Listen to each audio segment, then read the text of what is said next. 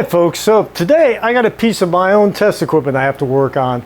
I have a Krohn-Hite 5400B function generator, and I went to use it the other day when I was working on that fisher, and I turned it on and it didn't work.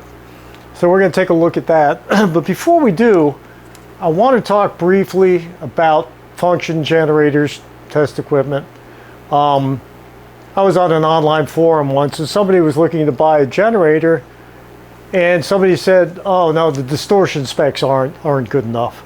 Well, when you're using something like this, you're not using it for qualitative measurements, you're usually just using it for signal tracing.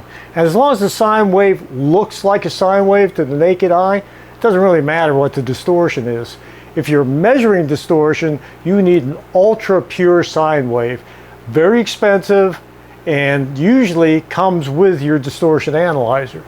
So when you're looking to buy something, you don't have to break the bank. You just need something to put a recognizable signal in.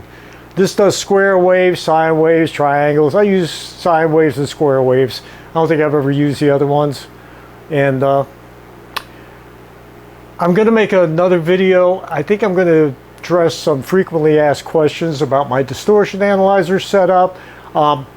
Very common question I get is, how much signal do you put in when you're testing an amplifier to get full scale out of it, or full output? And I can't give you a number, but that's another story for another day. Anyhow, let's take a look at this and see what's going on. So what's going on is not much. Here's our generator. Here's the waveform select, output range, multiplier, and I'm going to show you the scope. As I turn it up and down, this is all we get, okay, as I'm turning it up and down. So it's not oscillating.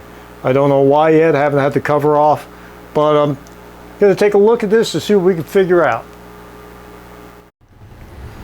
Alright, so I'm going to start with the power supply because it's always a good place to start with things like this, and it's a fairly simple one as test equipment goes.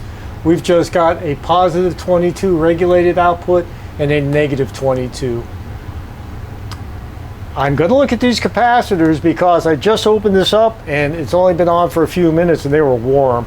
That's not a good sign. Could be the ESR is really high on them, but I'm going to show you the power supply, and I'm not going to be able to leave in this position because when I put the plug in the bottom, well, here, let me just show you.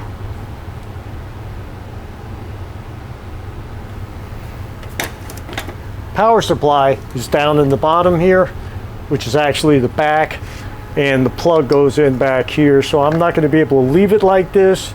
A lot of things in here put out a lot of heat, but I want to look at this because this cap is still warm, and capacitors shouldn't heat up. The only reason they'll heat up is if they have excessive ESR. So I'm going to power this up. We'll check the voltages and then take a look and see what the problem is from there. Alright, so I got the meter out and I have my positive 22 volts right here. That looks good. My negative 22 is about 2 volts off, and on a regulated supply that's a lot. They should really be a lot tighter. There's an adjustment here I don't see on the schematic, but that schematic is for a 5400A. This is a B. The capacitors don't feel as warm as they did. I think it was mostly heat from the proximity here. I don't know if you can see these huge resistors. They look like 2 or 3 watt carbon composition. This is an old unit. And the reason I like these old units is they have an amplitude control, a rotary control. I like newer stuff, but there's just sometimes you want to have that knob. And I turned it on because I wanted to use it on that fisher to inject the signal into the phase inverter. But it didn't work, so I wound up doing something else and basically finally decided that that fisher was putting out everything it was going to put out. But anyway, back to this. I did adjust this so I got exactly 22 volts here. That's 2201, 2202, that's close enough. But we got to figure out where the other 2 volts is, because that could be throwing the symmetry off and maybe why the oscillator isn't starting. Anyway, it's a good place to look. Okay, so what I found was if I adjust the power supplies here, I've got my positive 22, my negative 22 still low.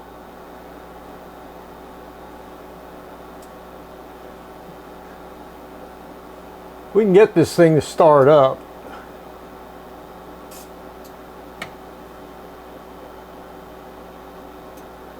But I got to really crank the 22 to 22.8. It brings up the 20. But you can see we have a lot of distortion here at the bottom. The analyzer is reading over 9%. And this distortion on the bottom is indicative of the negative supply giving us problems. So I'm going to have to delve into this. I have looked at a few things here. I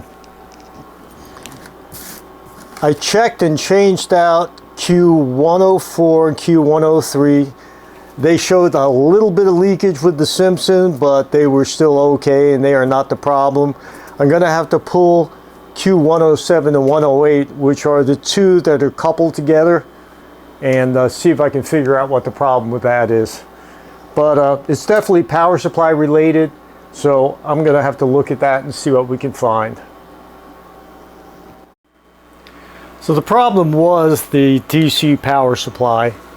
I changed a few things out. I found some leakage. It didn't really make a difference, so I changed out Q107 and Q108. I'm going to post a picture up here.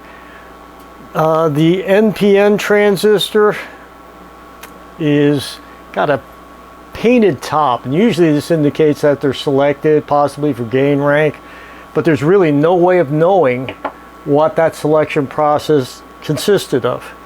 And while the transistor tested good, I just replaced both of these.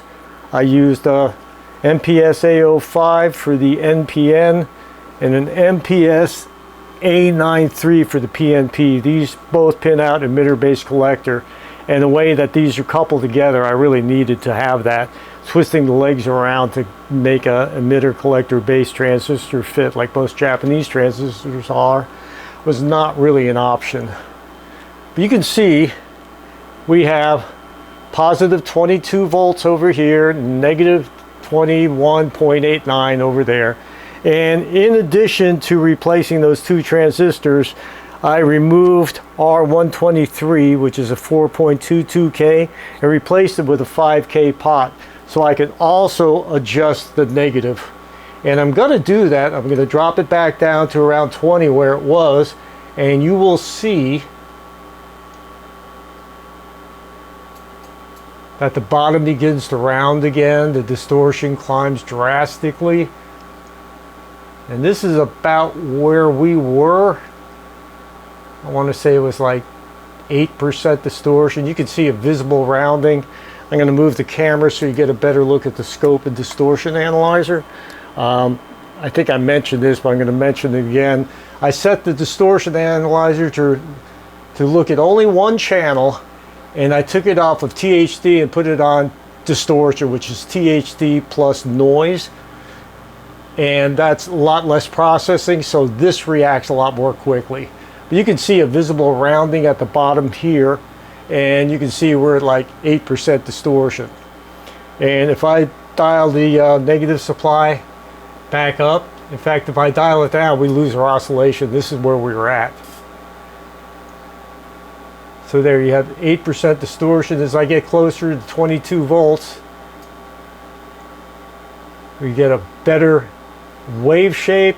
Or distortion drops. I'm at 21.6, and here we are 22, and there you go. We were at 0.55, and that pretty much meets spec. There are a few other adjustments we can do. There's a symmetry adjustment on the back that we can dial in up or down. But I'm happy with this. I'm going to let it warm up and adjust the voltages. I got to mount this again.